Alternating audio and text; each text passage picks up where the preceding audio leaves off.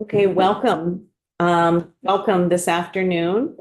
We are pleased to be hearing some testimony about H-143, which is an act relating to establishing a support service program for individuals who are deaf-blind.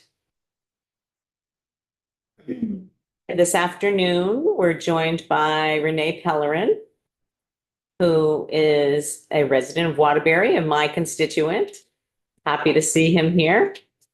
And Corey Bruner. I missed it. I was Waterbury, yes. Okay. We also have I don't know the other person. I don't know the name of the interpreter or the other person assisting Renee. So when we do introductions, they should feel comfortable to introduce themselves if that's appropriate. So we do like to go around the room so that people who are watching know who is in the room. And we've already heard from one member of the public who wanted to know when we were going live because we weren't up yet and they were ready to watch. So, okay. So my name is Teresa Wood. And I live in Waterbury. Dan? Hi, good afternoon. I'm Dan Noyes, and I represent Wolcott, Hyde Park, Johnson, and Belvedere. Hi, good afternoon. Hold on 1 second.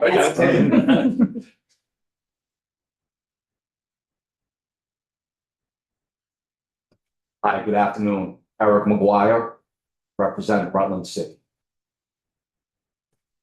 Hi, I'm Doug Bishop, and I'm from Colchester. So I'll go next. Hi there, my name is Renee Pellerin, and I am from Waterbury Center. And I am a deaf-blind person. Here beside me interpreting, her name is Lisa Kinsman, and she will be my interpreter today. The woman behind me, she is my SSP, my support service provider. And she is giving me information about what's going on in the room on my back. And her name is Val.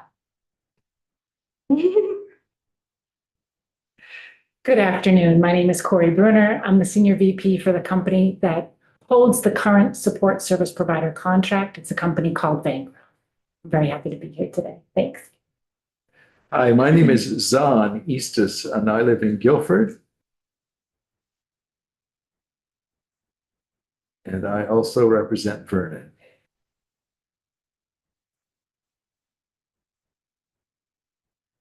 Hello, I'm Esme Cole. And I represent Hartford.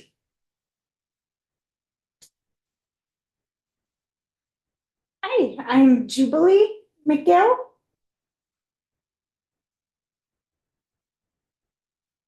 And I'm from Bridport.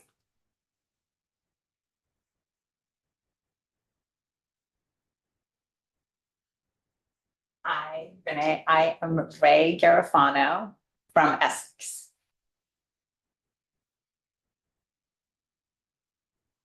I'm over here in the corner, Lori Worse, and I'm the committee assistant. And I should just say, this is Corey, that I live in Middletown Springs, which is just outside of Rutland. It's a great little town. Very, very little.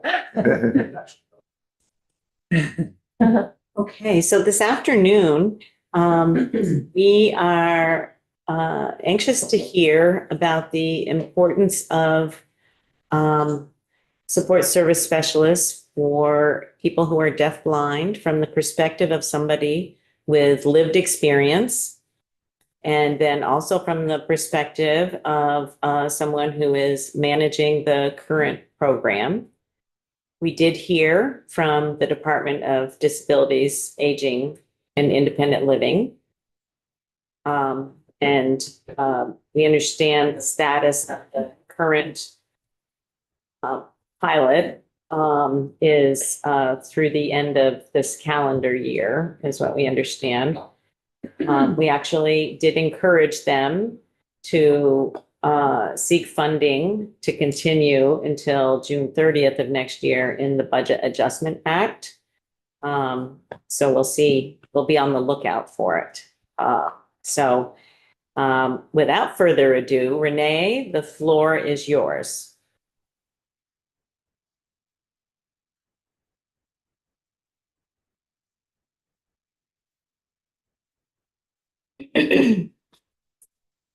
All right, thank you for inviting me. It is a pleasure to be here. And this is a very important service for deaf people like myself, deaf blind people. Most often, the frustration is in the communication or the lack of communication. And a lot of times hearing people don't understand. As a blind person and a deaf person, it is even more difficult to communicate with the general population. A lot of people, I was able to communicate and have conversations with people, but as I lost more and more of my hearing and my vision, I wasn't able to do that anymore. And my vision came down to just a pinpoint of a tunnel vision all the way down that I wasn't able to navigate the world like I used to. And many people out in general, hearing people out in the community, don't reach out, don't contact me, or and don't socialize with me as much as they did in the past. So that's one thing that's really important for people that are deafblind in the community is communication. And this service helps with transportation. We have other transportation services, but they're hearing drivers. They don't know how to communicate and interact with people that are deaf people.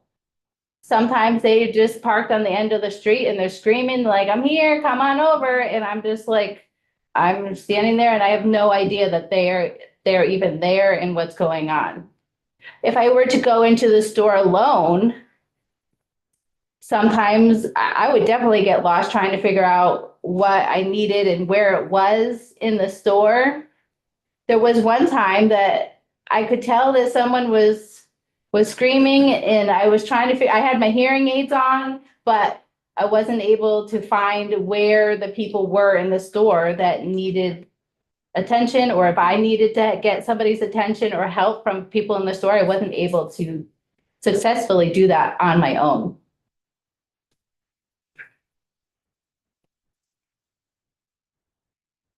So the SSP, I've learned from other states across America in the past when it first came over to the East Coast. I learned here that there's many different ways that you can be an SSP provider. And several of the people using SSP services or who didn't have SSP services were getting frustrated. They were seeing other states doing these programs, and here in Vermont, we didn't have those services.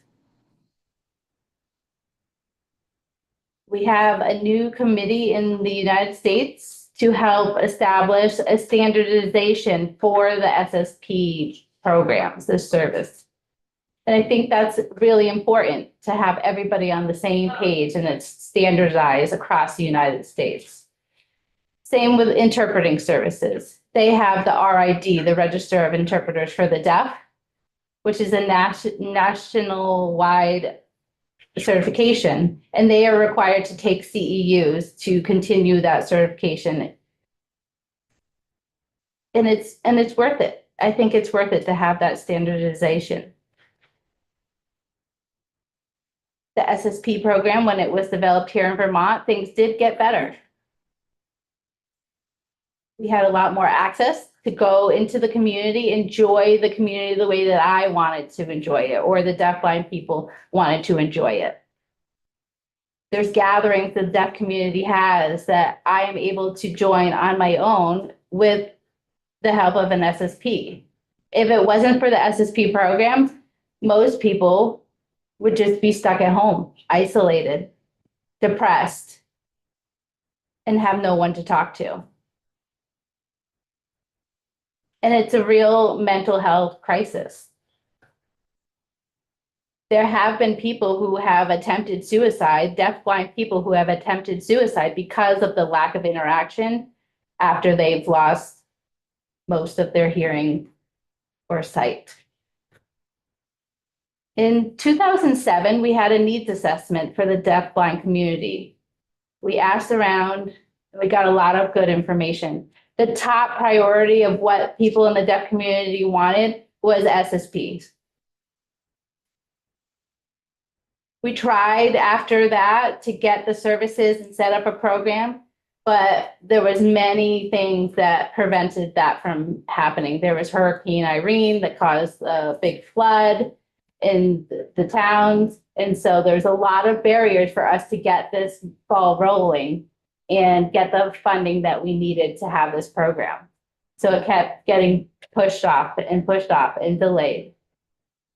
The Independent Living Council for here in Vermont gave us a pilot money just to see how it would go, and it was successful. And it's a really important program to have to build that self-esteem for deafblind people in Vermont. It allows deafblind people to go food shopping, to go shopping for clothes that they want to buy, to go to a doctor's appointment, to do errands and all those little things that we don't even think of that deafblind people aren't able to do on their own. So I hope that you will support this bill for the services of the deafblind community. And that's all I have today. Thank you very much. Thank you, Renee. Questions for this witness? Yes, go ahead. Representative Garofano has a question. Thank you so much for being here today. How long have you been working with your SSP? And do you have the same person that has been with you throughout the time?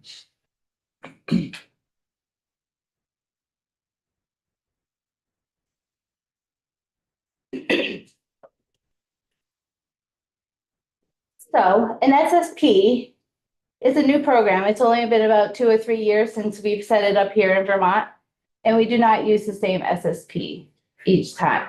We send out a request. VanPro sends it out to the people who are on the list that are trained in being SSP.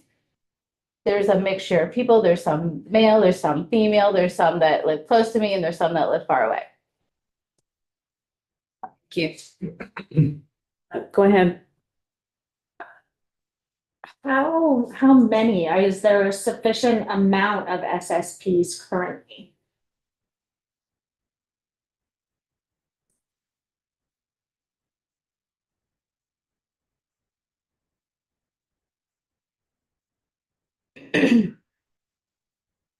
That's a better question for Corey to answer. She would know exactly or the number of SSPs in Vermont. I don't have that number. Can I ask a follow-up? Yes. First, when you request an SSP, are you able to get one when you need it, or are there wait times?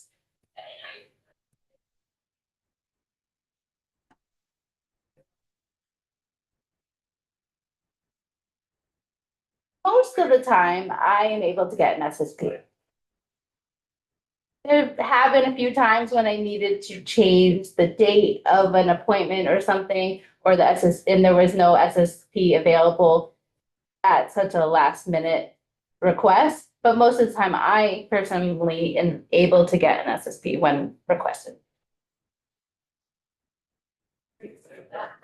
Go ahead, Representative Bishop. Thank you. Can you share with us, before the access to SSPs, how were you able to navigate settings in the community, make it to appointments, go shopping?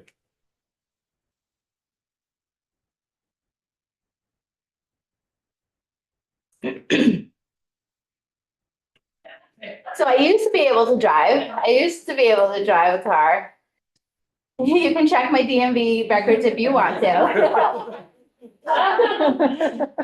So I was able to drive at some point. When I became legally blind and lost my vision, I had to stop driving. Sometimes I would use my children, but now my children have grown and they've moved away. And what's left is an empty nest. So I'm an empty nester. My wife once in a while, but she's too busy. She's so busy with all sorts of things. I would find volunteer drivers or friends or neighbors in the community. I would use the Green Mountain transport services, the on-demand ticket to ride type thing program. I would try to use whatever services that I could, but they weren't always deaf friendly. It would seem that what I heard you describe, Renee, was it's important to have somebody that is able to communicate with you and to help. So not just a sort of a volunteer driver, which maybe is more easily accessible, although not necessarily, but somebody who is able to communicate with you to help you not only with the transportation, but with the communication that's necessary to be to doing the tasks that you want to in the community. Yes. Yes, thank you. That is exactly what I meant. Thank you. Other questions for Renee? I do actually just. Hey, Representative Eastus. This is wonderful to see and experience for the first time.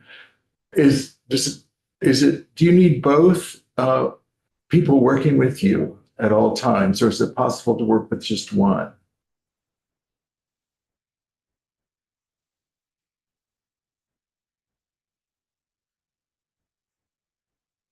An interpreter's role is separate from an SSP.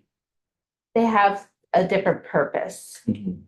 They're here, the interpreter here is to interpret what you guys are saying. And we can use both hands or we can use one hand to communicate. So I could just listen to what the interpreter is voicing with one hand. But it depends on the situation, really, when you need an interpreter or not. If my SSP is driving, they can drive with one hand and chat with the other hand. But the SSP is able to work alone for community, going out shopping, guiding. Okay. And informing of environmental situations that's going on, people that are walking by, things that have fallen on the floor. Mhm. They give me a lot of environmental cues. Mhm. Thank you. And we have a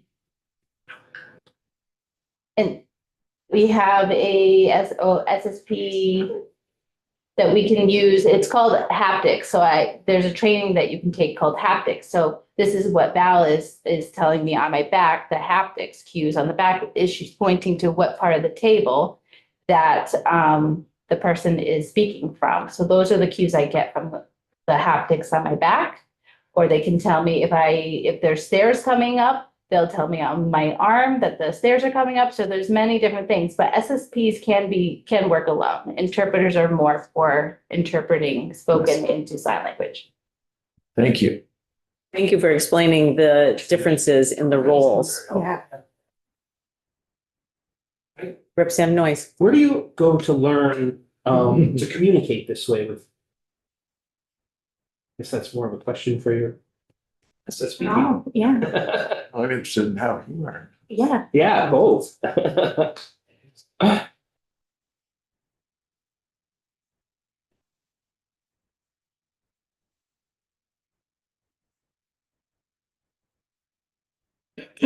Really? I already knew ASL before.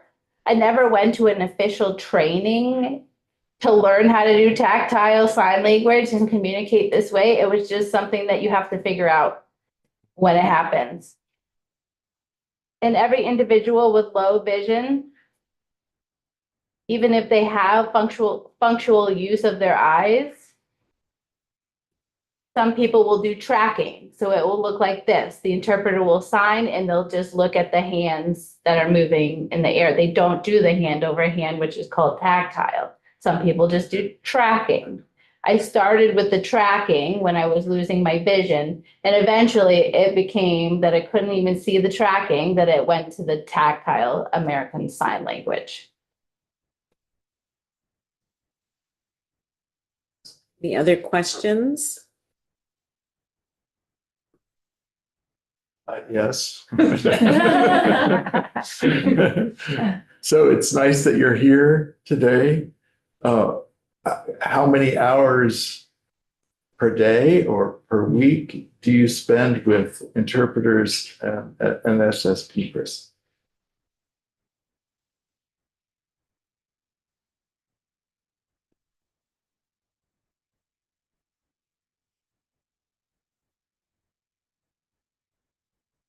Me personally, not that many. The program has up to 25-hour limit a month. And it depends. I don't use it every day, maybe once a week, me personally. And it depends on what I'm doing and the events that are going on. I do have to plan ahead of time because it takes time to get the SSP, but also it can depend on how far away this appointment is or this event is. So I have to consider how many hours I'll need the SSP for, and then I'll have to put a little buffer in to be picked up and dropped off. So it's not just a cut and dry of, oh, I want to go to this event and it's this many hours. You need to factor in all of the before and after time as well. I will say then this speaks very clearly to your motivation to use this service and to learn all the skills necessary. It's remarkable.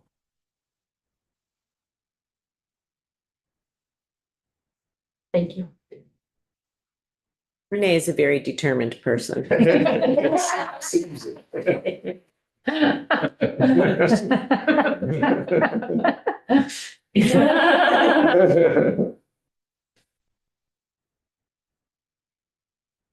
Yep, definitely. We have Doug and then we have Dan. I'm wondering what you might know about others in the deaf blind community who, how they learn these various skills depending on when in their life they've lost sight or hearing. Does that change how they learn or what skills they use?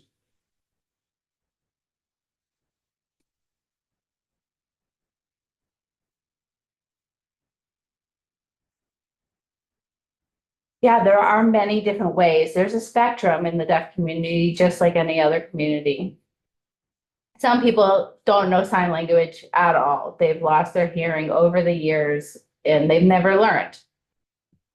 There is a program that we have that can help teach them basic signs about how to work with an SSP person. If they're a hard of hearing person, they can work with an SSP person in using technology.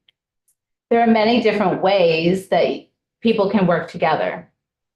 I think there's about 12 individuals that I know that use tactile, and then maybe another 10 people that use like close vision, signing up close, face to face, inside that tunnel vision.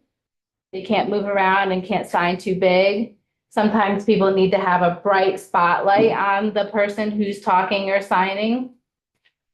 And it feels like you're in an investigation and the police are like asking you all these questions, but it's helpful for some people.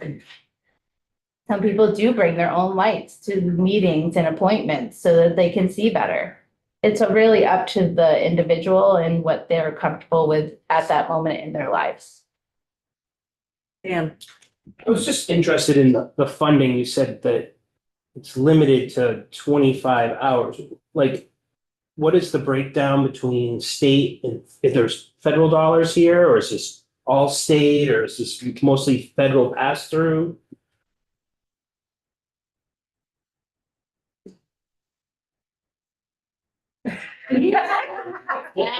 That's another question for Corey that we'll be able to ask during Corey's time. But usually in general, Vermont Independent Living Count, the VCIL, the money is federal money. And it's given through that way.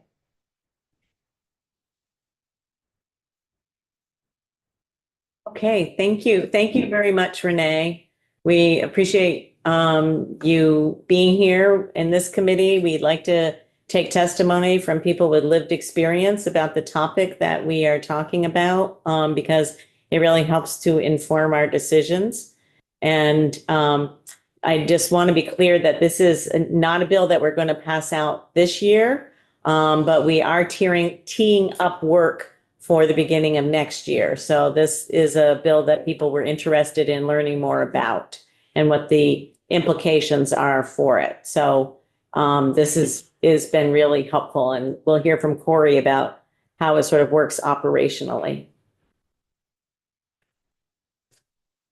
And one more thing to, can I make one more comment before? Oh, absolutely. we switch to Corey? I just want to make one quick statement.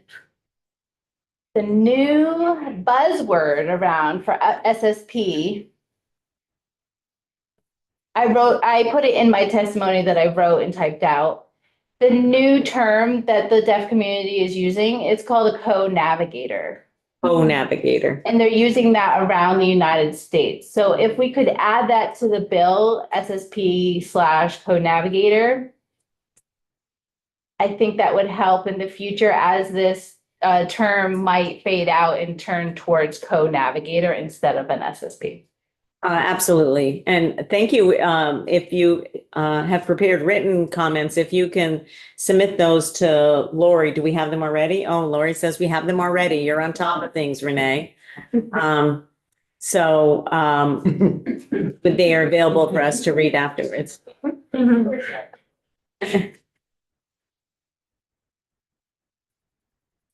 Thank you. Thank you for the time to share my stories. Absolutely. Thank you. Thank you. Okay, Corey, we're interested in your experience. We understand that Van Crow is the contractor for this, and we heard about sort of the mixture of some federal COVID relief era funds, and then some silk money, and then some state funds, and a lot of piecemeal happening for sure. Yeah. So could you just describe, what it is that Van Crow does and what it would hope to do under an establishment of a more permanent program for this? I'm going to speak just a little bit to that shared experience that Renee has, and then I can talk program specifics. Great. And then what we're hoping to get. Okay. So, I'll reintroduce myself. My name is Corey Bruner. I'm the Senior VP for a company called Van Crow. There's a lot of deafblind people right now watching and listening to this testimony, so I will do a visual description of myself. I am a white woman, about 5'9". I have blonde shoulder-length hair and blue eyes. I'm wearing a dark blue tunic, and I have black leggings. Van Crow is a company that was founded in 2004, and we are technically a service-disabled, veteran-owned small business. We are a company whose primary focus is accessibility services. And so our two functions are sign language interpreting provision and providing support service providers. This pilot is our third contract. We support 2 other states. We've been providing SSPs in Vermont since 2022 with a variety of funding sources, which I will speak to. And just a special shout out to Fred Jones at DBVI, Laura Siegel at Dale, and the statewide Independent Living Council that have fought kind of endlessly for us to get these continued funds. Before I jump into why an SSP program is important, I just want to take a minute and have you imagine me or you in 4 years.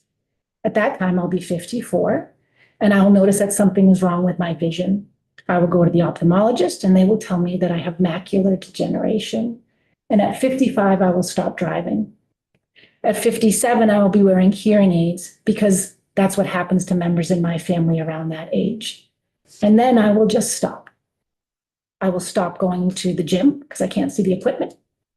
I will stop going to the council meeting because I can't hear what people are saying. I will stop going to my doctors for my 3-month allergy shot because I cannot ask my husband or my neighbor again to bring me to the doctors. I will stop doing the grocery shopping. And I will stop asking anyone to take me to visit my family in Boston because it is too far. And when I get there, I can't understand what's happening. And when I ask people what's going on, I can tell that they are annoyed. Or you can imagine in 4 years, I'm 54. I have a problem with my eyes. It's macular degeneration. By 55, I stop driving. At 57, I need hearing aids. And then at 57 and a half, I get my SSP. And the SSP brings me to the gym, shows me where the weights are, shows me where I can lift my free weights. The SSP brings me to my meeting and repeats in my good ear the things that I've missed so I can attend the council meeting. The SSP brings me to my doctors for my three-month shots. And when there's a new HIPAA form, reads me the HIPAA form and guides my hand to where I can sign it. The SSP visually describes the bananas at the grocery store so that I can pick the one that I need for the best banana bread. When I visit my family, the SSP guides me in and visually describes everything that's happening. And when I want to talk to my 10-year-old nephew about his Switch, she describes what the Switch is, and we're able to talk about games. This is why the SSP program is important. Referred to as deafblind, right? This is for Vermonters with dual sensory hearing and vision loss, who often find themselves in isolation.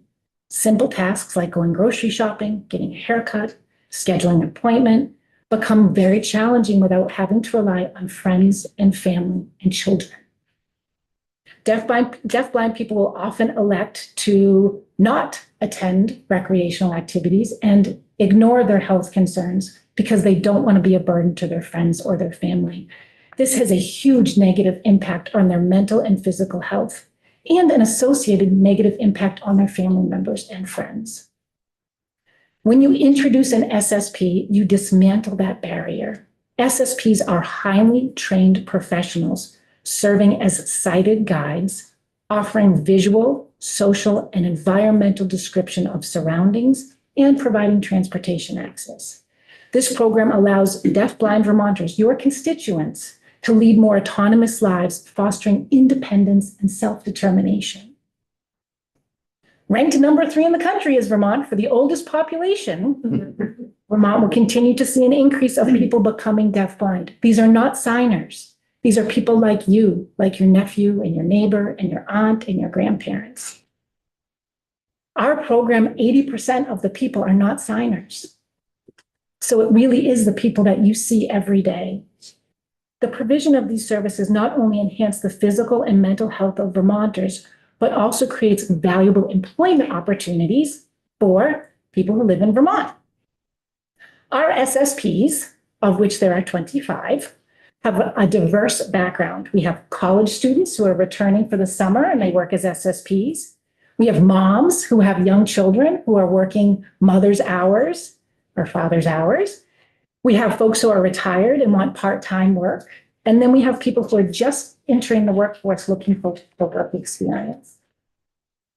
A national study of caregiving in 2015, this is not going to be unfamiliar to you, stated that the average employer who has a caregiving employee has a lost work average of 23.1% annually. A Gallup study in 2011 states caregiver absenteeism costs $25.5 billion annually at a very conservative estimate of $200 a day. The SSP program alleviates the financial burden for employers. So we are providing autonomy and independence for people who are deafblind. We're providing job opportunities for people who want to work part-time. And then we are alleviating the employer barrier for people who have to caregive. And I want to be very clear, there is no alternative to this program. We are in piecemeal funding. Our funding comes from originally COVID money, and then statewide independent living money, and then home-based community care funding. And then it is all piecemeal funding, which is just, it's not sustainable. It's ineffective.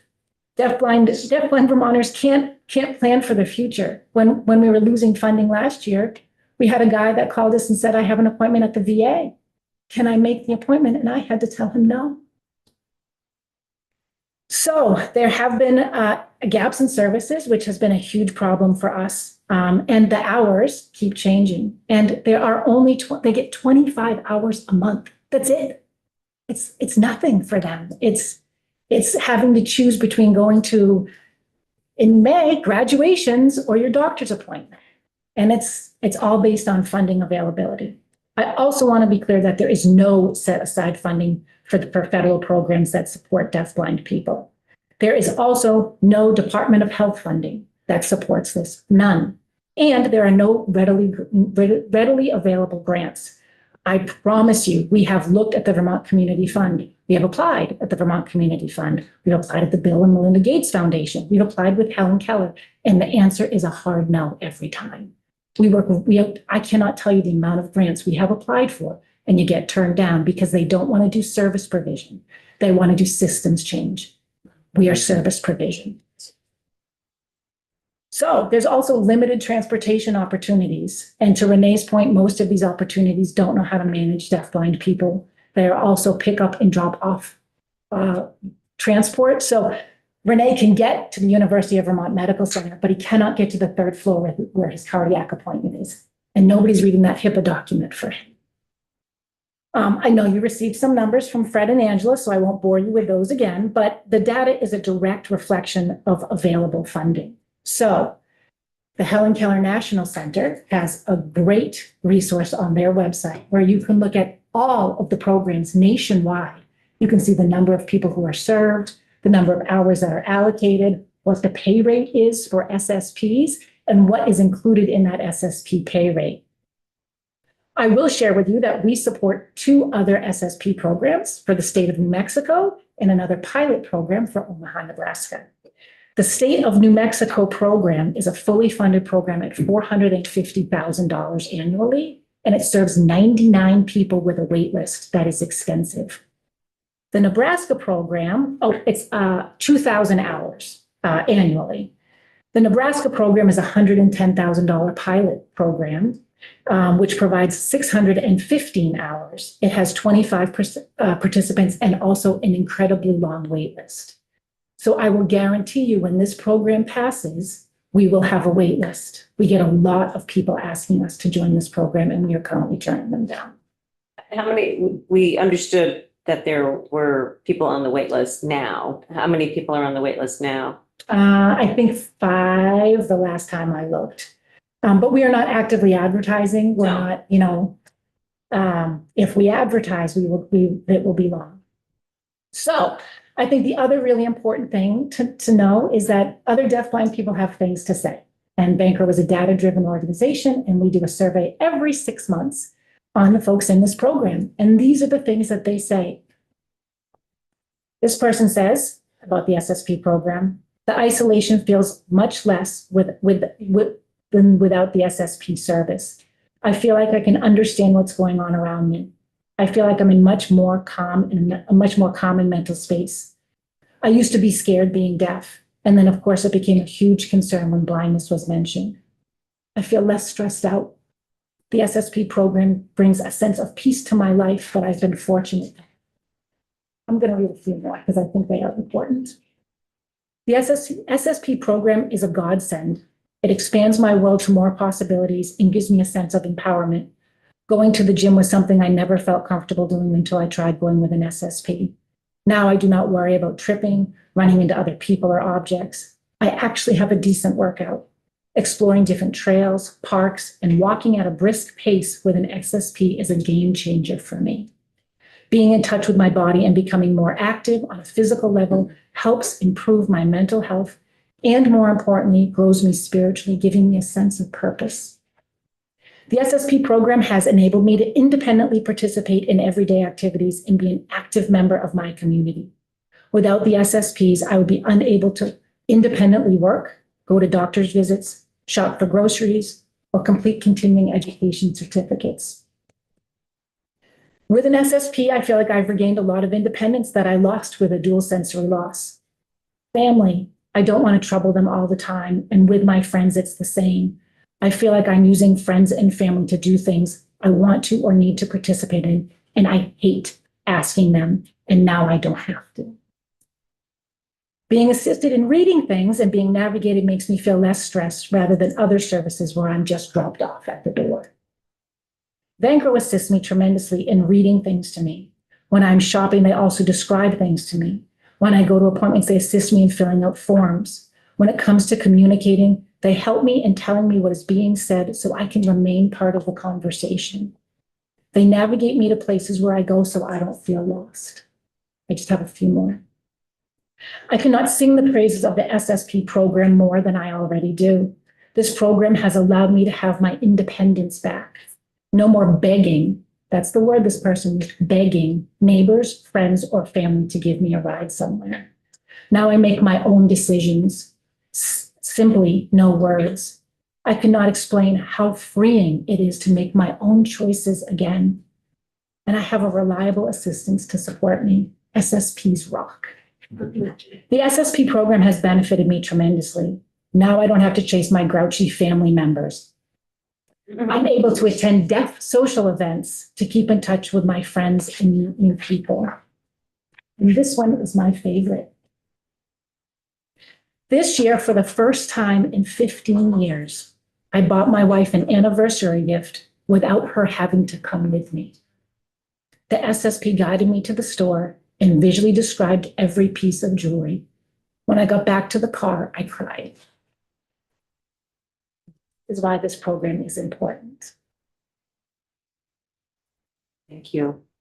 I think we appreciate particularly sharing the comments from other people who utilize the service and understand the importance of that in their sense of independence and sense of being able to be part of whatever community they're choosing to be part of. And being able to have that choice is something that is something that, you know, many of us just take for granted. And I think that's part of, I think, you know, just even an education process. So people being here today is an education process for our committee, and sort of as a body in the legislature was an education process for our sergeant at arms, and to understand.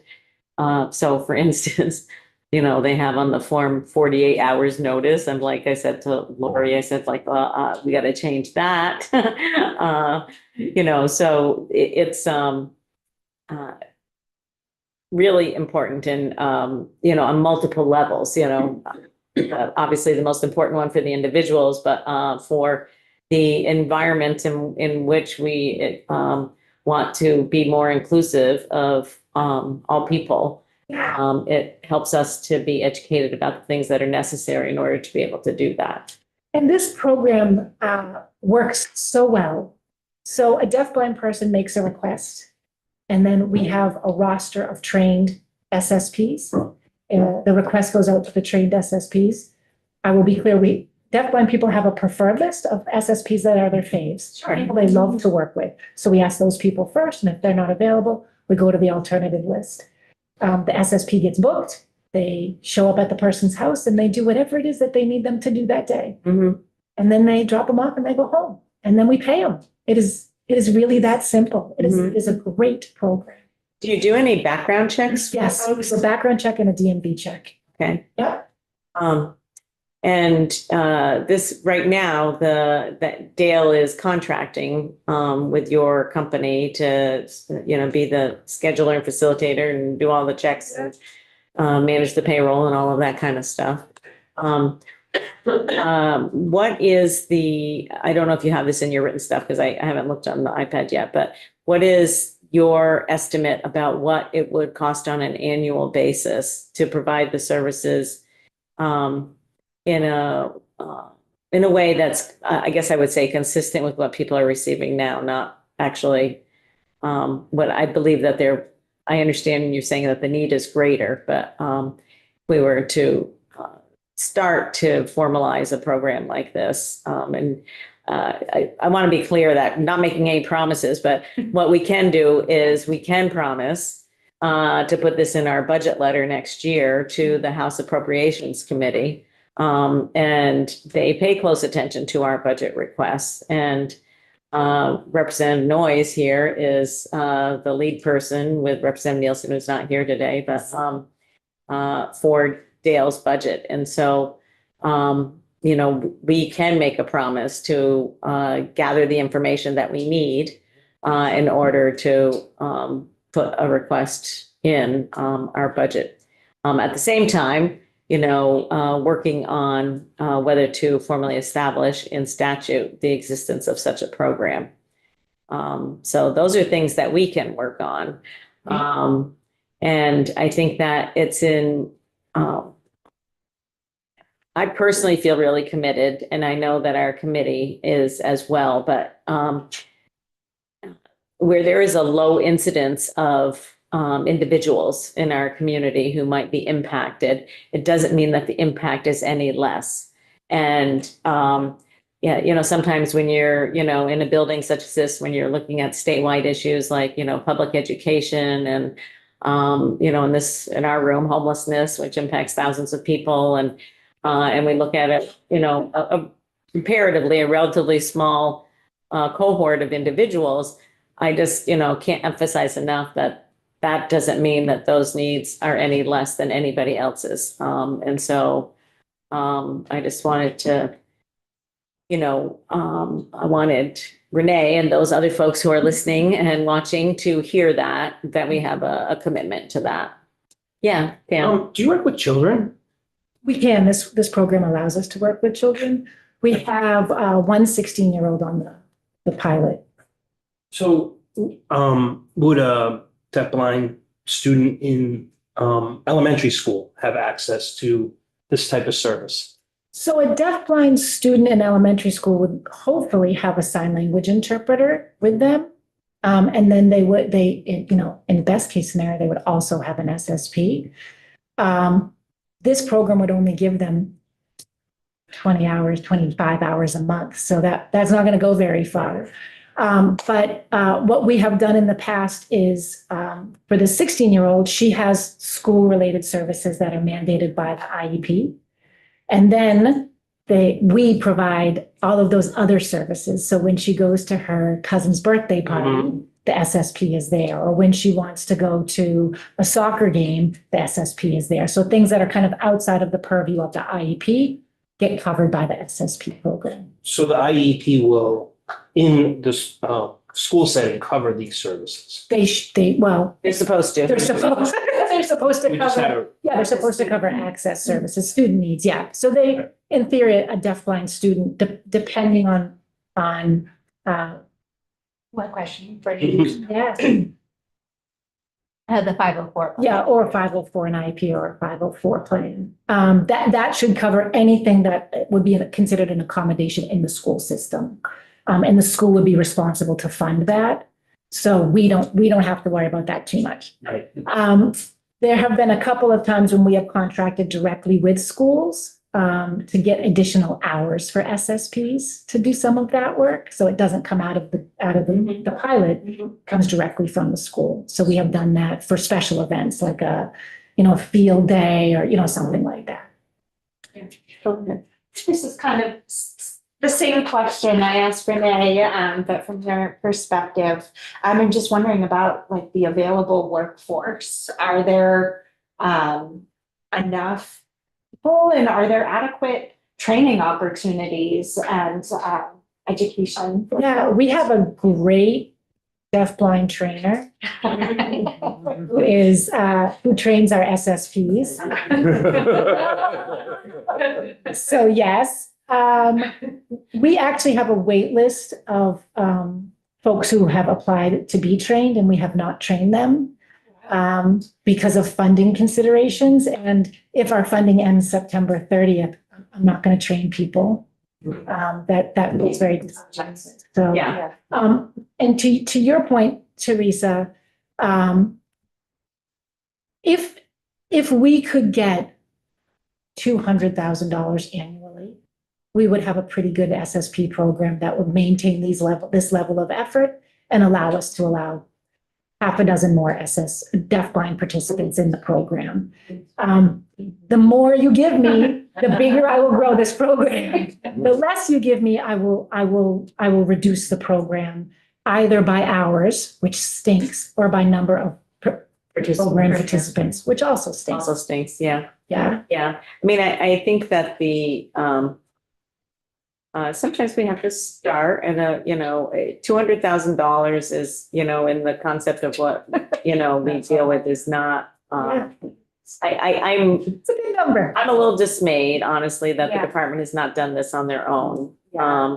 They have found money to do other things and, Mhm. so if you're listening, people in the department, this should be a priority for you. It bothers me that they have not made it a priority. I mean, I get what you say, Fred has done a great job and Angela working with him and trying to piecemeal it together, but they're really, with the hundreds of millions of dollars that goes through that department, I have a really hard time figuring that they can't find a couple of $100,000 to do this. That's all we need. Yeah, We run pretty thin. yeah. It would be great. Yeah, that would be amazing. Any other questions for any of the witnesses today? Thank you all for being here. Thank you so much.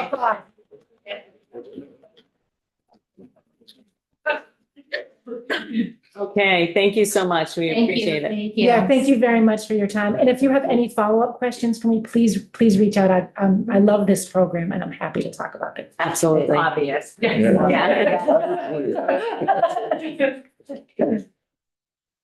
Great. Have a nice afternoon. Thank you. Bye. Lisa, I'll see you in town soon. I hope so.